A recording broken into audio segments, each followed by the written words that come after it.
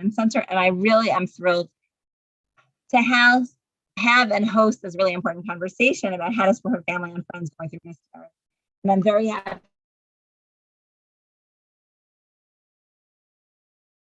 that my friend and partner, Reva. I'm going to start by just giving a little introduction to the Eden Center, and then Reva is going to introduce NechamaComfort and the important work that they're doing. And then we will have this conversation together in the intersection of how our interests meet. So the Eden Center was founded to strengthen the Jewish home by empowering women in issues relating to our physical, emotional, and spiritual health and intimacy. We use the mikvah as a vehicle to attain our goals and to give voice to the needs of Jewish women throughout the life cycle, because we realize that mikvah actually touches on so many issues, on how we feel about our bodies, on issues of fertility, on things connected to intimacy, to couplehood, to how I feel about doing different rituals and halacha.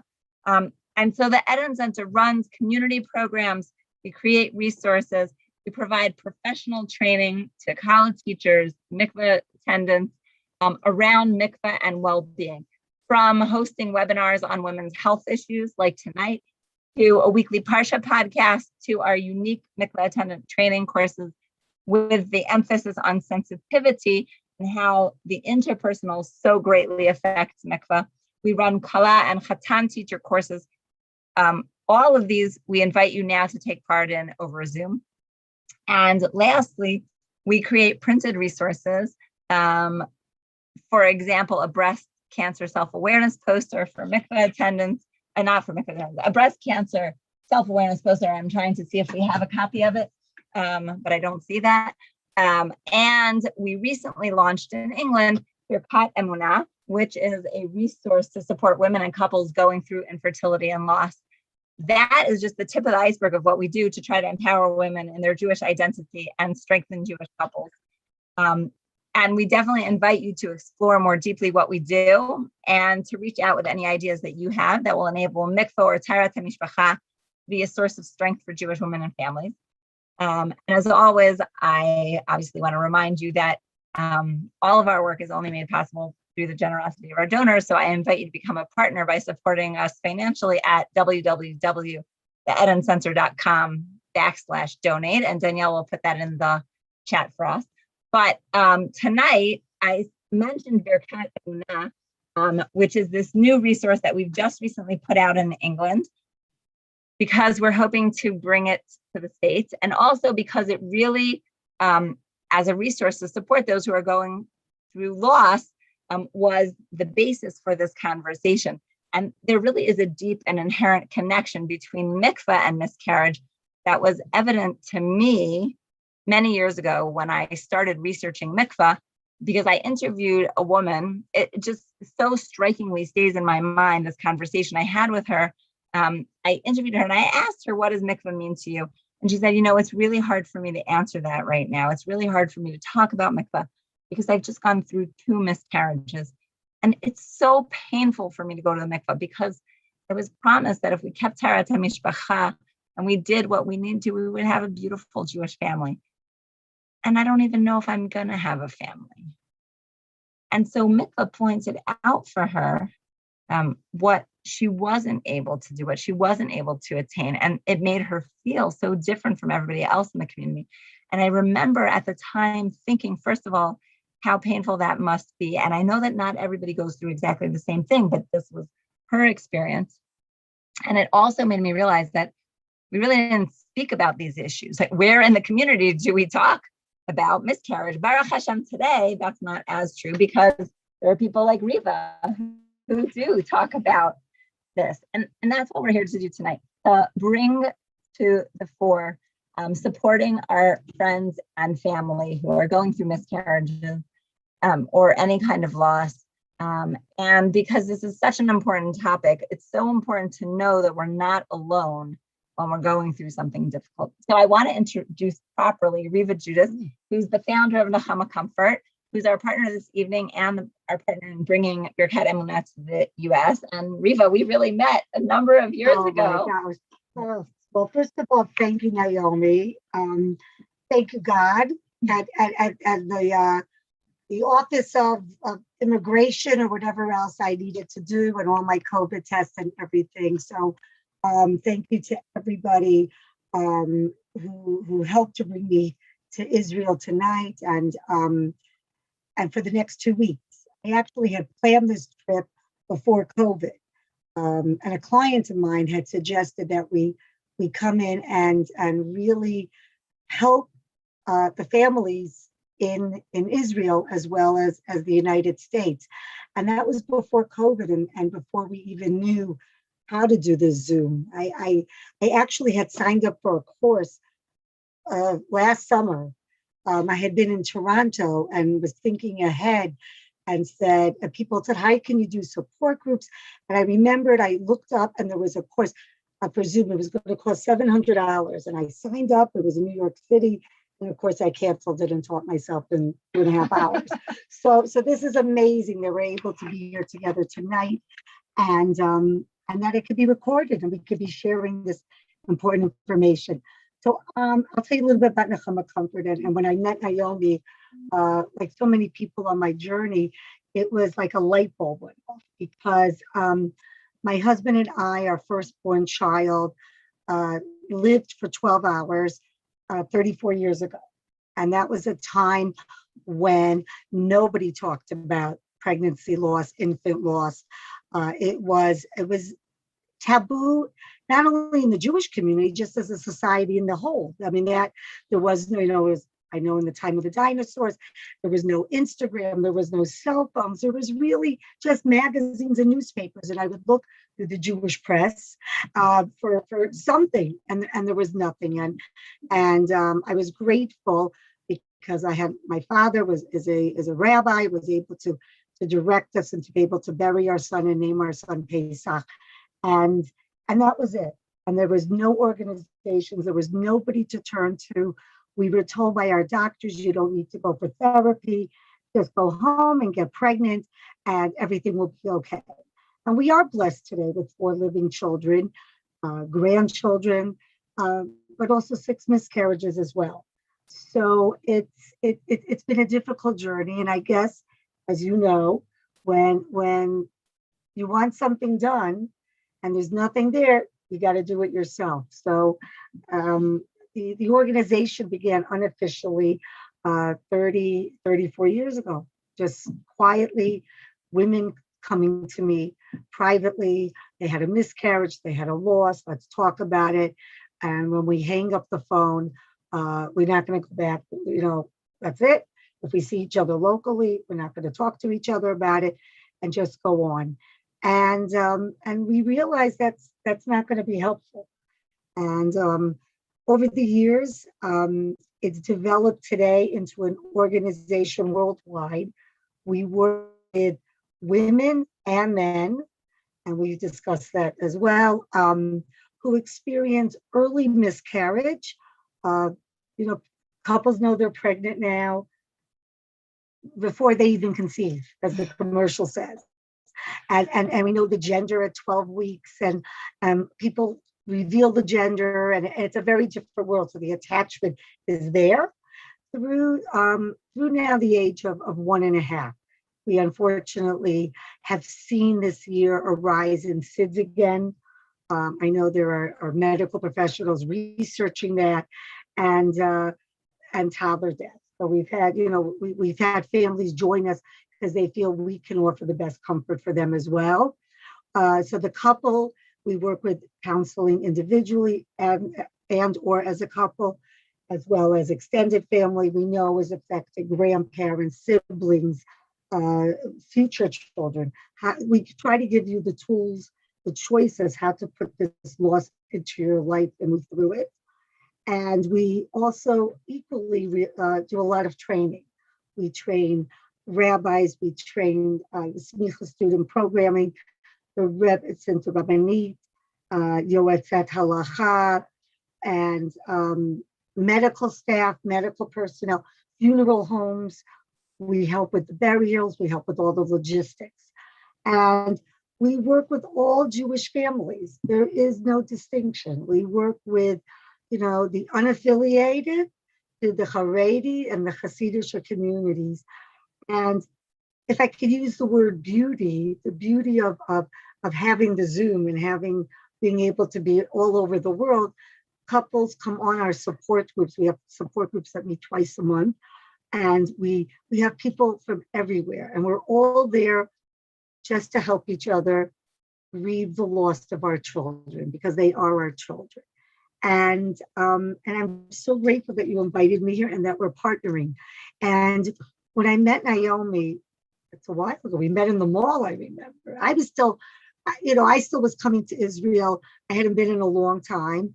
And I couldn't believe there was a mall. Because when I spent my year in Israel, it was in the late 70s. People don't even understand what it was like to be here. And we met, and every time I would meet some connection, I just wanted to hug you, and a light bulb went off, because really, you're talking about mikvah, and you're understanding what I'm telling you, that mikvah is really a hard thing to do. And I was fortunate. I lived in a little community at the time called Teaneck, and it was, and nobody could talk about it, and it was just so difficult, and there was nobody to share that with, and what were they going to do to help me, actually? And as you said, when you met this woman and she told you how difficult it was, mikvah became such a common topic, with guilt, with anger. I mean, and explain, when I tell you we train medical staff, so the whole point of Tamat Mishpacha and the laws, that we go into hospitals and we say, an abuse red flag is not up. They see this couple that lost a baby, and of course they're seeing the same couple or a different couple that have a healthy baby. And maybe they're saying, oh, they're not hugging, they're not kissing, but they're not focused in. When the medical staff sees this, a red flag will go up. I want to stop you for a second, okay, because there's so much we can talk around this. But let's define what is miscarriage and loss. Perfect. So when I discuss who we work with, so early miscarriage is literally, now people know, they find out they're pregnant. Within 2 weeks, it's confirmed. Every few months, a couple will call me and will tell me that they've had a miscarriage, and they tell, first it started at 4 weeks, 5 weeks, and then 4 weeks, and and recently, a year ago, we had a couple who called me for comfort and for help and for guidance. I hadn't even given her a wedding present yet, and it wasn't so late. It was way before the year. So we realized that, but really, miscarriage, the attachment of your baby begins in preschool. I was a kindergarten teacher for 30 years, saw it firsthand, and all of you know, you play in the bayit, you're the ima, you're the abba. We name our children either after the parsha of that week, or what TV show is on, or what names we like, 10 mothers, 8 fathers, whatever we want to have. So already it's built into our minds, our hearts, and our souls. That's the way we're going. That's the derech. We're going to grow up and get married. And that's what we're taught.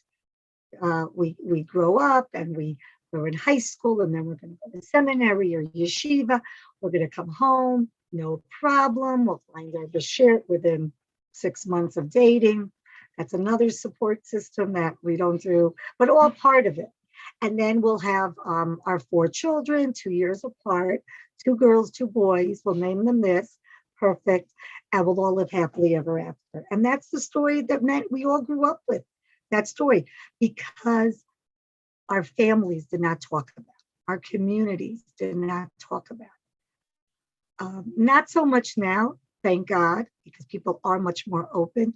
But I remember when a couple would call me with a miscarriage or a later birth, a stillbirth, and the mother would come to the daughter who just had this loss. I know what you're going through, and they'd say, no, you don't. You say, oh, remember when you were 9 and Daddy and I were sad for a day? Well, we lost the baby then. So then the secrets come out. So and how many times when I do my we also we educate Jewish communities also. We give them, as we're going to talk about, do's and don'ts. And how many times couples would come over to me, 60s, 70s, 80s, and say, we lost a baby. We had a miscarriage 50 years ago. So as much as we were told to move on and forget it, we don't. So the miscarriage is between, 2 weeks to 12 weeks. That's now the new. And that's a 20? I thought it was until 20. So it used to be to 20, but the truth is at 12 weeks now, the sonograms are so clear. Baruch Hashem, I look at my grandchildren. And at 12 weeks, they do blood work and they can tell you the gender. So technically, if you look in the medical book, it's 20 weeks. It used to be 27 weeks. When I first happened, was 27 weeks. Then it got down to 20.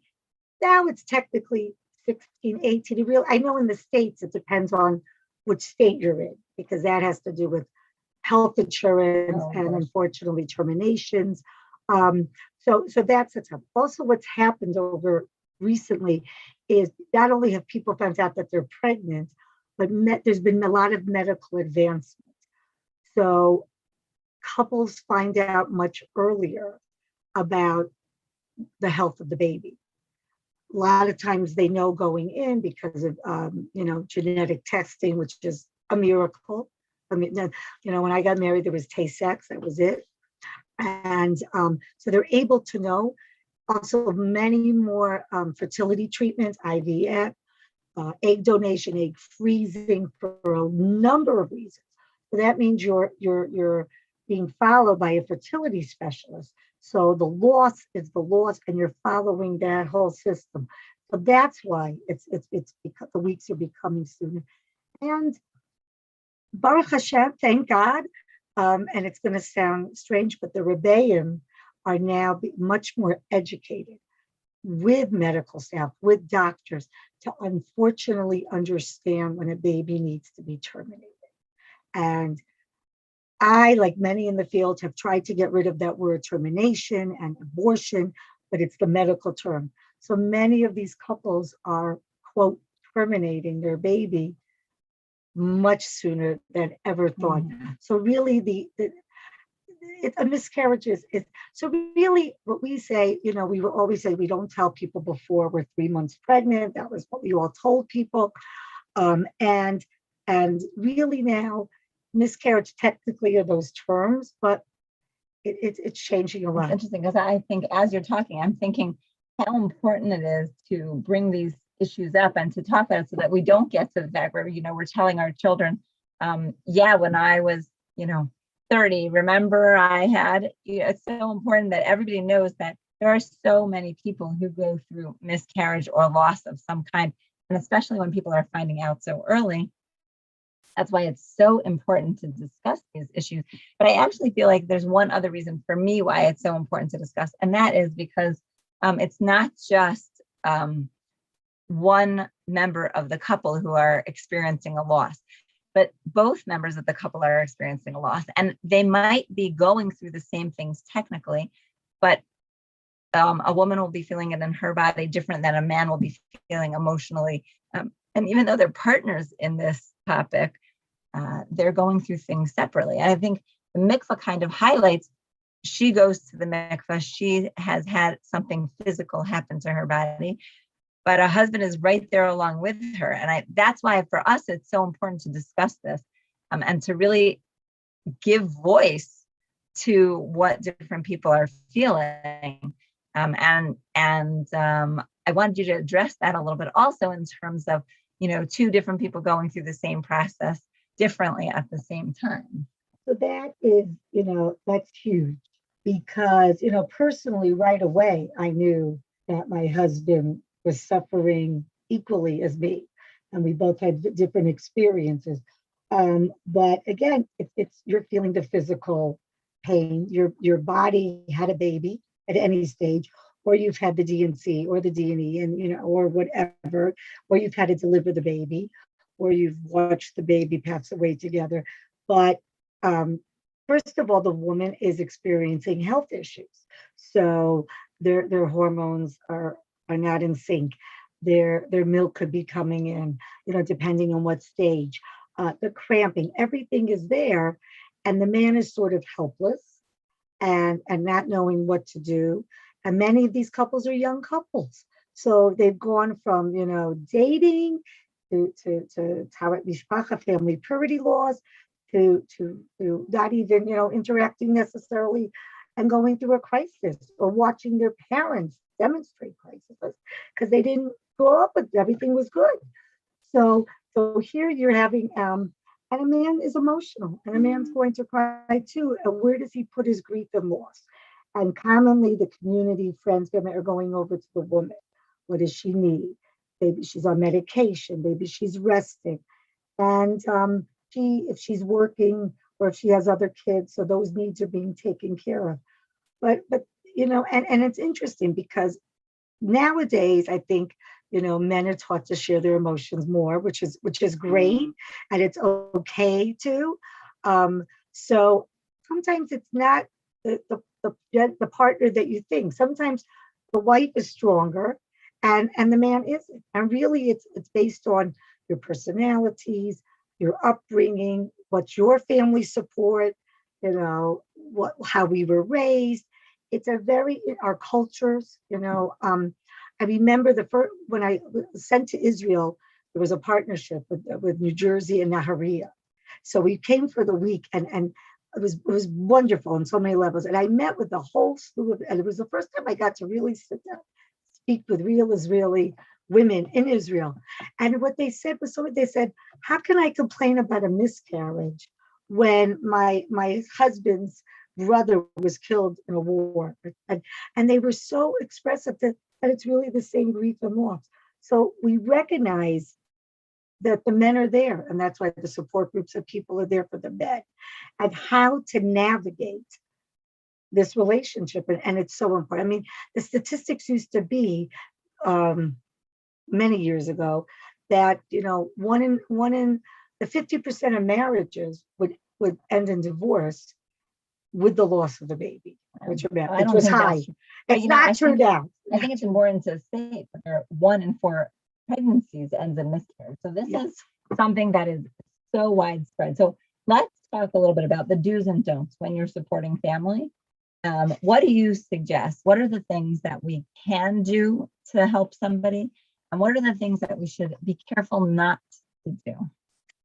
This is great. And just, as a headline, a lot of this advice can be used in almost any trauma and tragedy, and not a major trauma and tragedy. Right before COVID, we actually, which is another thing, we got to educate our children starting in high school. Very important. And we had gone into a high school right before COVID to talk about resilience and the do's and don'ts. So this could be, for pregnancy, infant loss, for, divorce, unemployment. But even if you're, simple things for your children, for the parents, if you're not getting into the right school, if you didn't get right into the right, whatever programs you need. So I share this just not with this trauma and tragedy, but with the focus, because miscarriage is not talked about. Maybe that's something we also need to address a little bit, that it's okay to talk about it, that it's important to talk about it, that we don't have to be ashamed. That's so true. We didn't do anything wrong. And, when we used to talk in person, with, 100 people in one room, try to remember that. I used to tell people, look to the right and look to the left, because 1 in 4 pregnancies end in miscarriage. So look around and how many people that would be. So what's important is, and in any type, people are not comfortable with loss, and in general. And I think, to remember all of these things, to reach out and acknowledge the struggle. I like in person, that's why I'm so glad we're here, but we're blessed with technology. If you're not comfortable to reach out, text, email, phone calls, there's so many ways now to reach out to people if you're not comfortable with that. And just simple words. I'm sorry to hear about what you're going through. We tend to use the word loss. It's an interesting word, and it's an okay word, but I sort of try when I speak now. Loss means we can't find something, but we know where. And I know the Hebrew words for loss and miscarriage and stillbirth is different than the English words too. And you have a word in Hebrew that talks about a person that loses a child, where we don't in English. We have an orphan, we have a widow. There is no word, which is a very interesting. I don't have time to change the English language. It's only limited. So, but in Hebrew there is. But just reach out. Just say, I'm sorry, thinking of you. That's it. Simple words. Don't try to fix it. Nobody can fix it. Just reach out. But be prepared to allow your friends, your family, that they're going to express themselves. That if you're going to ask the question, be ready for the answer. Also, we don't want to say, how are you feeling? No, we don't want to say, how are you? Because you know how they are. My father is on tonight, Rabbi Green, and we just lost my mom and his wife. And I've been observing the last few months that when people ask my father, "Oh, how are you doing? How are you?" He says miserable, and I look to see, are people just go, "Oh, okay, so now you're or now," and he's smiling because don't judge us how we look at grief, but be prepared. So I like to say, "How is everything? How are you this morning?" Because how they are in the morning can be different how they are tonight. How is your husband doing? How are your other children doing? Very, very important. Or how is your wife doing? That is, reach out to both the husbands and the wives. That is so important. If we tell the couple that you're only going to get people expressing their love and concern if you share it. So we're trying to encourage them to share it, but be respectful. There are families that do not want to share what's going on. You may notice that something's wrong, and you could say, is something bothering you? Be prepared if they're going to tell you, but also respect them if they want their privacy. We do reach out to friends, families, the rabbis, sometimes the school. We ask the couple, maybe you want to share this information on an email, just like any other news is shared in your community, however that is, Facebook, however their couples are doing, to share the word. And sometimes they want to, and sometimes they don't want to. Also, reach out to the grandparents, to the other children. We tell the couple to reach out to the schools if there's other children, to teachers, even little kids. So there'll be a change in the behavior. Do what you do, whatever that is, in a community setting, in a private friend, the meals, the carpools, the baby, all that you do, offer to them. Don't push them. If you're a good, you have to see your level of friendship too. And there are always the yentas that come out, when there's a trauma or crisis. And see your level of friendship. Is it a text? Is it a phone call? Reach out, but understand if they don't reach back. That's very important. Initially, sometimes it'll be 2 or 3 months. If the couples that we spoke at, the thousands and thousands of couples over the years, it's a very touchy thing because we live in a community, and not just in a religious community. I speak to people everywhere. Whatever community you're in a community that everyone's having a baby. And when you lose a child, everyone's pregnant. People say, you want to run down pregnant women, and nobody has yet, which is good, because that's what NechamaComfort's here for. They reach out beforehand, but invite them for a lunch if you're doing on Shabbat, or a barbecue or something. Reach out, but understand if they don't come. Understand if they cancel that hour. And think who you're inviting. Are you going to invite 2 other couples that are going to talk about, tuition? You don't have carpools. Tuition. I always say tuition in the States. That's the tuition. really understand, or babies or new babies. We hear this a lot. A lot of stories are, you're not going to believe this. I just lost a baby and my sister's due tomorrow. And I had that personally. And so many, because we live in this environment. Our siblings or my brother's getting married next week, or my best friend's having the bris. And again, it's the couple's choice. We give them choices and we need to respect their choices.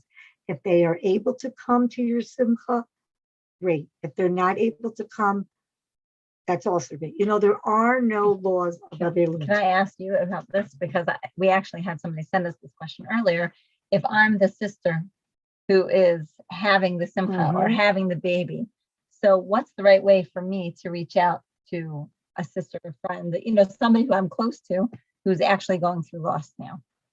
So it's important to know that the person that's going through the loss is not mad at you. They're mad at themselves. They're mad at God. They're mad at a lot of everything. They're mad. They want their baby. They're angry. They're going through all the stages of grief, even though they're not linear. But you need to tell them. Couples that are going through infant loss, pregnancy loss, still want to feel included. And it helps with them not to feel shameful. So you need to tell them, I'm expecting, I had a boy yesterday, I'm getting married tomorrow. I understand if you can't be there for me. I do. And I understand if it's difficult for me. And there will be a time when we'll be able to be together. But I love you and I support you. And you can't be angry. We've learned in COVID one thing: we couldn't be at our friends and our family simchas. And we have this thing called Zoom, and it's amazing. And we have to take a step back and think, we have to be there for all of each other. I feel like sometimes people more like, I'm nervous to reach out to somebody because I might hurt them, or I might make them feel worse, or I might, it's already an open wound, and my having had a baby just makes it worse for them. I think it's a discussion. I think you need to say, or maybe it's a group of friends, and one friend can tell the person who had a loss, so and so had a baby. We just want to give you the heads up, and you may be surprised. Your friend family may come to your simcha and may be okay, because again, grief and loss is a funny thing. There's no button to push, and I know one of the things we're going to be, October is pregnancy and loss awareness, but one of the things we're going to be doing is educating, don't judge us by our grief, or don't judge us by our glamour. We could be okay, and don't make a big deal about it. Oh, I'm so glad. No, I am so glad, but be respectful of each other. That's so important. And just understand that there will be, the relationship is difficult, because that's what trauma and tragedy is. What makes it unique is that it's an unexpected loss. It's sudden. It happens to two people at the exact same time. Many couples are young. They've never gone through loss and grief. There are no halachot, there are no Jewish laws to tell us what to do. Which is in a way, it took me a while to understand why, but maybe God in his wisdom said, can you imagine being forced and all the halachot with avela when you're going through this emotionally and physically? But that doesn't mean that we're not, these couples may want to be sitting shiva, or they may just want to lock themselves in the room, or they may just be out to dinner and see what happens. So just be aware and don't hide, and just be understanding. I think that one of the things that's really difficult for a lot of people is that at the time that they're going through miscarriage, or whatever stage it is that they have a loss, that they also have to keep hilchot midah. And I think for many, many people, that is a huge, extremely difficult aspect of this. I want to say that I've had a lot of interaction with Yoatzot and Rabbanim who have said that there are mental health issues involved at this time, And there's no blanket anything. Each couple has to see what's right for them. Each couple has to navigate it. And there are definitely difficult times in keeping Taharat HaMishpacha and lots of challenges.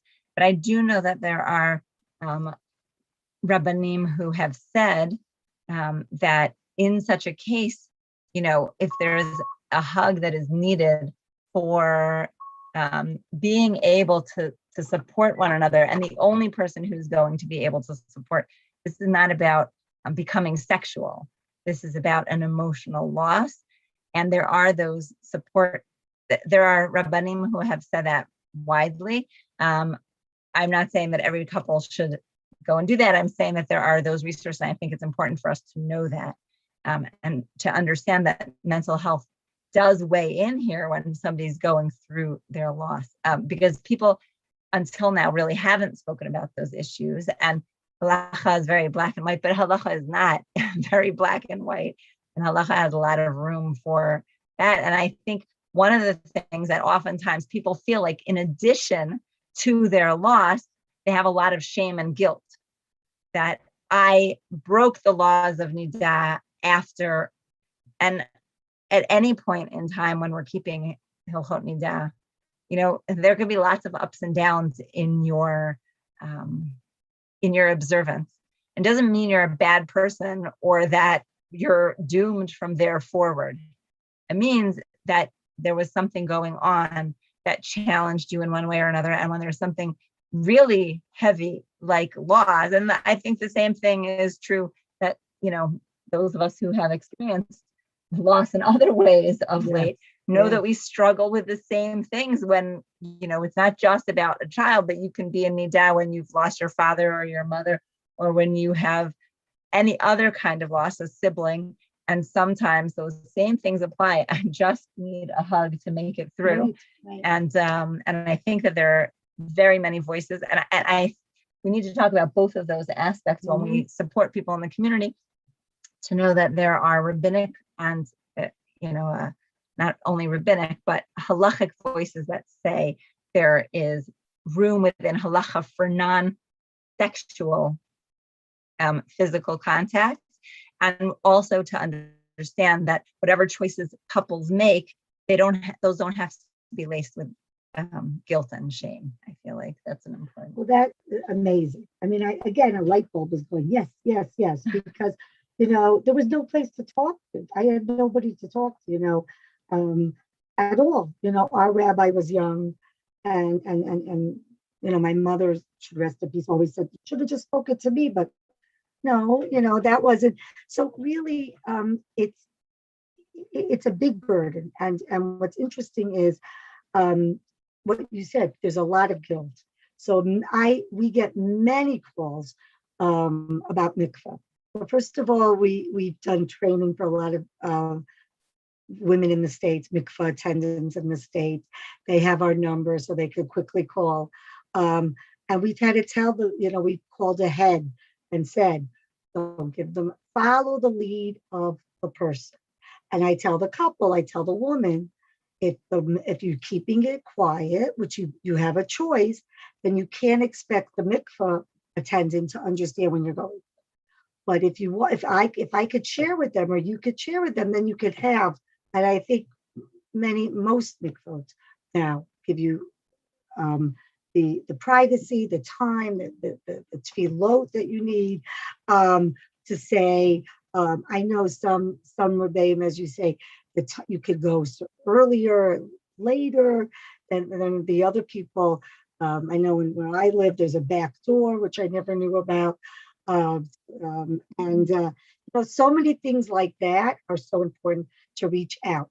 People feel that, that's a good question. People feel that they, the mikvah, sometimes I tell a couple that a woman will call me and she's like, I'm in front of the mikvah, I'm not going. So I tell them, I'm not a rabbi, I'm not a posek, I'm definitely not God. That's your choice. And I say, God doesn't punish us. We're not Catholic. We don't get punished for, we don't. And then I say, you did everything right, and look what happened. You have the miscarriage. So obviously it doesn't work like that, and they'll tell me, look at all these women that are not nice people and they can have babies. That's a very common thing. So I say, okay, so don't go. But if I don't go, then my husband, I'll be punished from God and we'll both be punished. So I just tell them sometimes, it's like eating an apple. We make a bracha, eat the apple. We make another bracha. You can't even remember if you made the bracha, ate the apple, and just, I say, take away that too. And we encourage college teachers and Atan teachers to teach. I'm not saying to hold, a few minutes just to say life may not go your way. And there's other aspects that you mentioned, breast cancer, infertility, just so that they were aware. And I could say that in the last few years, there has been a change. But still, and I think that's what's important too. And again, another thing with mikvah is a lot of schooler that comes with it. So again, it's choice as an individual. And as a family, friend, community member, please do not suggest any school out. Even if it worked for you or you think it worked for you. Again, we really don't know what works. Till 120, we're not going to know. If it's individual, it's not going to hurt you. It's not going to affect you. You want to say these tefillos and tehillim, wonderful. Could always be extra. As long as you're not doing anything to harm yourself, a baby, anything like that, and to take that stigma away. I think I mentioned to you, on the other side, I say we work with a population of literally unaffiliated Jews to Haredim, and there have been couples that have not been affiliated or have been traditional. They'll go to the synagogue, they'll go to the Beit Knesset, but they'll drive there. They have to, and they have actually called me and said, we have heard about this place, the mikvah. And their rabbi they've Googled it, and they've started going into the mikveh after their loss to embrace what it could be. And for the Eden, it's been amazing to be able to share all the things, to take away that anger. And you can have anger, and you can be mad, and that's all part of the process. Yeah, I definitely think that the mikveh can be a space of healing and transition and expressing, the mikvah enwraps you completely, and it represents taking your body into something that's divine presence.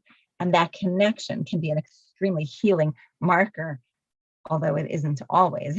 When you have to go, sometimes it's very difficult, but it can be. And if you have that mindset of, I am taking myself here and I'm going to mark it in this way as recognizing my loss, it can definitely be a place that holds.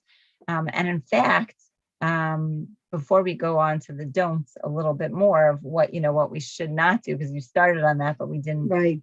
I just want to say, you know what? I'll get back to the Bearcat Emunah because I want to highlight some of the things with mikvah, but I want you to just give us a few more things to make sure we don't do. So what two things, not to say, and these are actually things that have been said. And not only when it comes to, pregnancy, infant loss, really with many losses. I don't, I know how you feel, because you don't. Even if you've gone through the exact same situation, it's not the exact same situation, and you're not that person. So you don't know how they feel. It's for the best. We never say it's for the best. It's not. It's horrible. It's a tragedy and trauma. We don't want to know that. Is there, people say, it's a plan. Well, at that moment, the person has to come, if they do come to that point, to think that. That's a choice for them to come to. So please don't say that. You could always try again. I always tell people, this isn't, buying a new toy at a store. You don't know what the family's going through. You don't know when, if, how they could try again. And even if they try again and they they are successful, they have another child, that child is not going to replace the child they lost at any stage. I used to compare it, and now I know that if God forbid you lose a parent, would you ever go to somebody and say, "Oh, you lost your mom. It's okay, you have a dad"? I mean, some people would, but you wouldn't. So a child cannot be replaced at any stage, or at least you have other children. Again, the same thinking. Um, if it's a miscarriage, people, at least you didn't really get to know your baby. Well, as we've discussed, the attachment is there from when you're 4 or 5 years old. And today, you know that baby. With everything going on, the attachment is there. It's a test from God. No, again, we don't know. We're not God. We don't know what tests mean. We don't want to know that, and we don't understand it. This is the best. It only and people say that to me all the time. It only happens to people that can handle it. Nobody can handle it. And you'll see the baby when Mashiach comes. Again, Mashiach hasn't come. You don't know what it's going to be like. So not a good answer. Now, on the other hand, I've said all of these things. Listen to what the couple say. There may be a couple who, for whatever reason, have a stronger Emunah at that point, and will say to you, follow the lead of the baby. I'll see the baby at Mashiach. God, I understand. Listen to what the people are saying and understand that if you speak to them one day and they're feeling much more positive, the next day they're feeling not positive, that's okay. And I get this a lot from grandparents. Don't be afraid, they'll call me. I'll never forget, I had a couple and the baby passed away 2 weeks before Pesach, and the parents called me up. There's something wrong with our son. He didn't want to come to the Seder. And I said, but we just discussed, he just lost the baby 2 weeks ago. What's going to happen now? He's never going to come to a Seder. He's not going to be religious anymore. No, that's not what's happening. I don't know. He's going through a tragedy and trauma. So listen to what the couple is saying. Never initiate it. So that's really, don't pass judgment. We all like to pass judgment. Don't, there's no time limit. There's really not. When a client calls us and they say, I'm not doing well today, I say, did you get up? Did you take a shower? Did you get dressed? Yes. I mean, now I could say that after COVID. Did you put on your sweats? Did you eat? Yes. And that's a great day. That's great. So, if you really see they're not getting out of bed, you really see a depression, then you need to you could call us, NechamaComfort.org. We have a hotline, 1-833-NECHAMA. You could find us. Naomi can share our contact, of course. We are there. But it takes time. It takes a good year to go through grief. I think it's really important to just say that, different people have different speeds and different ways they really, and it's also totally normal for somebody to say, I went through this and I wasn't attached to that baby and I'm okay. Yeah. Meaning we shouldn't assume that they're going to, it's going to be like this or like this, but to try to be there and to not pass judgments. And I think the same thing is true with mikvah. There really can be a lot of positive. For some people, the mikvah is a place of hope. For some people, the mikvah is the most difficult. It's a reminder. You have to respect either way, and you have to be open. And for yourself also, when you go, to allow yourself to feel whatever it is that you feel without like, wait, why am I strange? Because I feel this. That it's totally not. And don't give legal advice. Don't give medical advice. Don't ever say you should be over it by now. And what you said, don't say, I heard you had a loss. Well, you look good today. Really listen. I used to tell my kindergarten kids, listen before you speak. And I truly mean that now, that it's so important. And if you've discussed it, just another point, and if they discuss the baby, and if it's a loss where they were able to name the baby, and because of medical advancement, sometimes the babies are delivered 16, 17 weeks, and even miscarriages, couples give the baby a name and they may use it. They're able to bury the baby now, even as the medical term is fetal demise, which is a miscarriage. Cemeteries have special areas for them to be buried. It's okay at any stage for the baby to be buried. If the couple is talking about it, if the couple uses the baby name, you have to get comfortable with yourself and listen to what they say.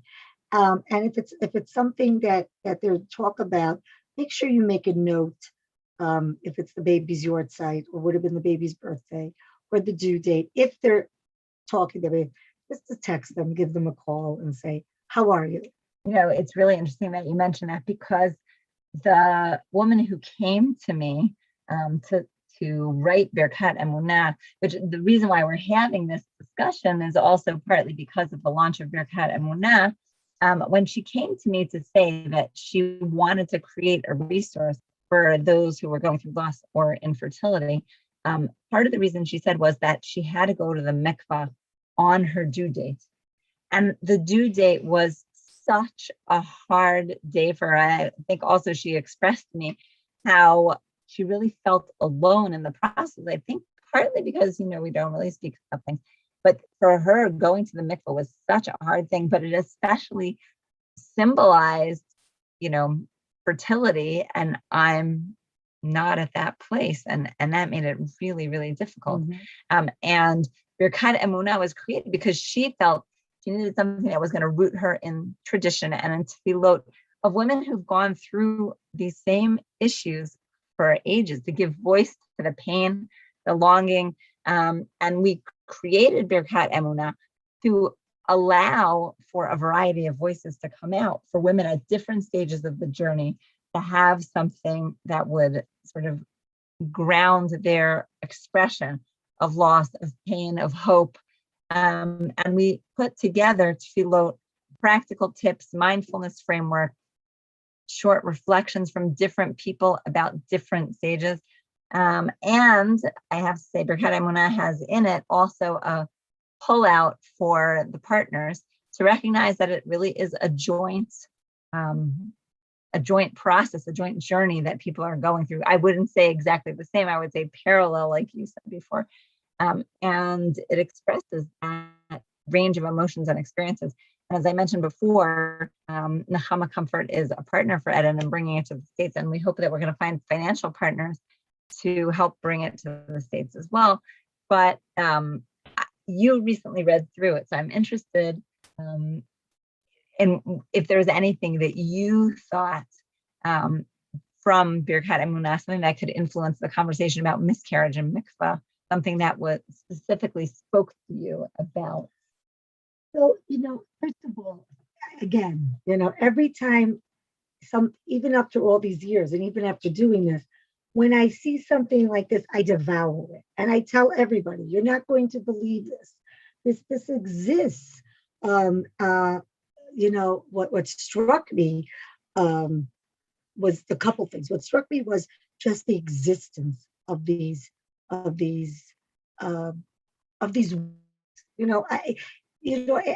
are maybe it's a prayer, maybe it's an expression of our feelings. Mm-hmm. Maybe you're reading it and thinking, nope, that's not how I feel. But really, we know that's how you feel because you're reading it. And maybe you're going to think, maybe not at that day, maybe a month later, it's going to resonate with you. The fact that you're recognizing the partner is just amazing. And I know I told that to my husband, and I know I was just telling everybody. And how it's not just, young women, recent people who have had this, who are going through the experience, that have shared and have contributed to it. It was also people, somebody that works for us, the NechamaComfort, Ellen Krisher, had a poem she had written a while ago, and that's included. So what's nice is that we're all it's for everybody. It's to speak, and that's what I like. And it's not just about using it at the mikvah. I don't go to the mikvah anymore, and that was another thing we were talking about, what that's like. We could have that a different discussion too. We'll come back. But I was thinking about it today. Today I went to the hotel for the first time in a few years. So to me, again, it's interesting because you speak to all different of my friends, family. Some people, the hotel is that place, and other people said I could daven anywhere. The hotel doesn't have that meaning to me, and that's okay. Again, it's choices. But for me, the hotel has always been, something special. I didn't, unlike children, I didn't go to Israel till I was 17 for the first time. We only knew about our trip to Israel in kindergarten at Yom Ha'atzmaut. It wasn't like that. Yeah. So we truly appreciate, my grandparents, it took 40 years for them to get to see the hotel. So for me, that was, and I was here.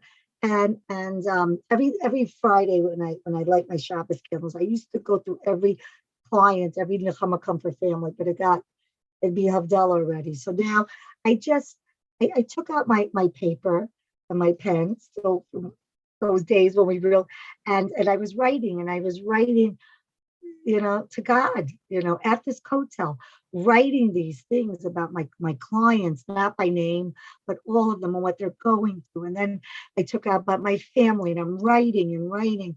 And then, unfortunately, my mother passed away this year. My sister passed away this year.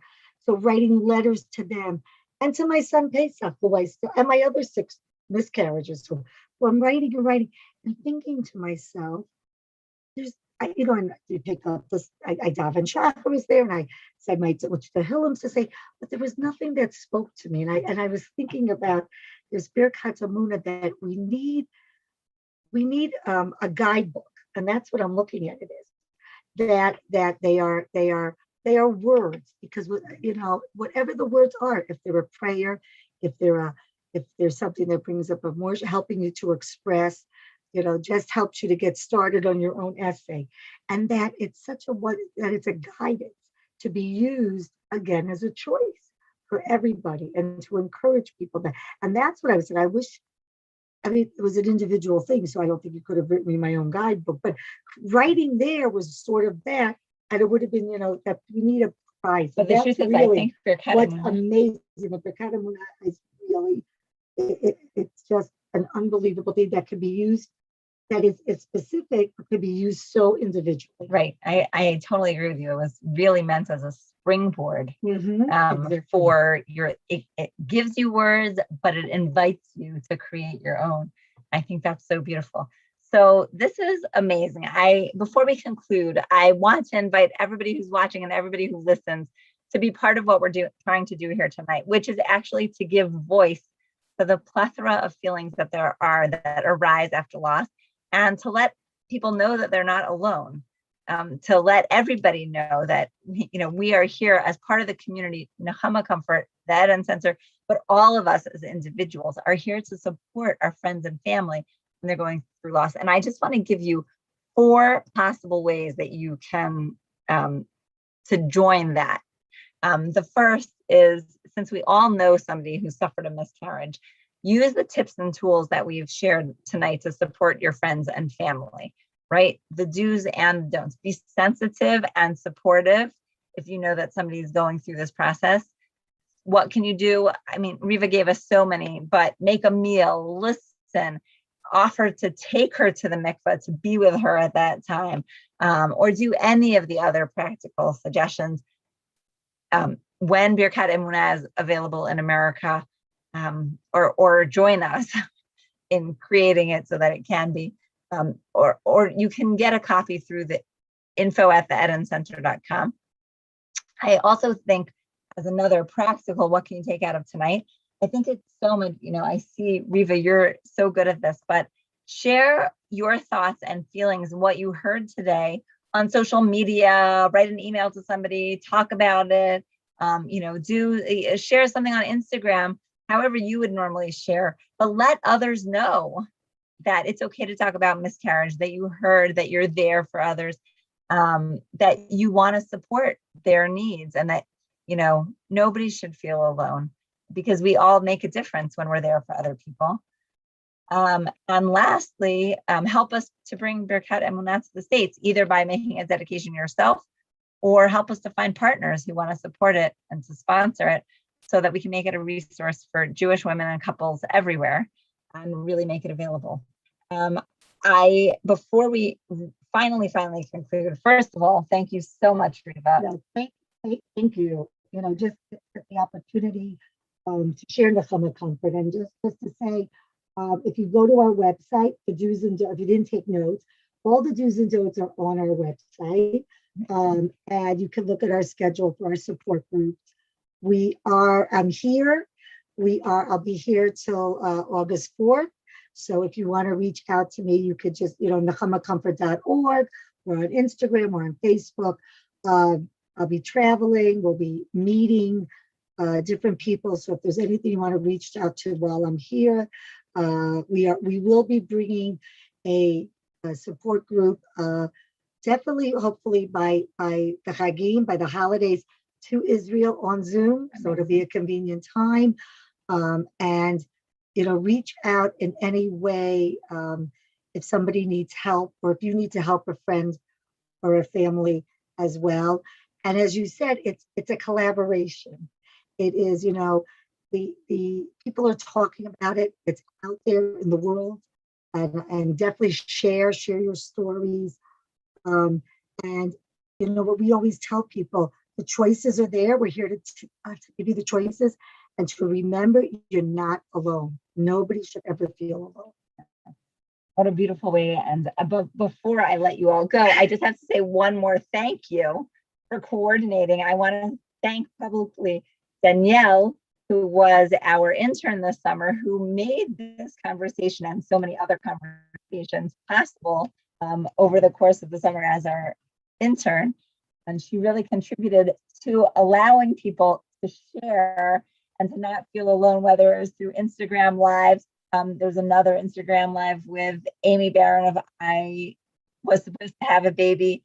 Please God, we're going to do another program with NechamaComfort in Teaneck, and our interns for the summer, and Danielle specifically, has been really instrumental in that. So thank you so much. And this is only the beginning of programs. Exactly. Yes, for sure. Community. So if anybody has any specific questions, they're welcome to share. But otherwise, thank you so much for participating. Danielle, thank you so much for all of the support. Thank you. This was amazing. Thank you, Naomi. Oh, we got to do this. Yeah. Thank you so much. Amazing. Very, very appreciative. Thank you. Amen. Thank you. And if you do have any more questions, feel free to write them to us.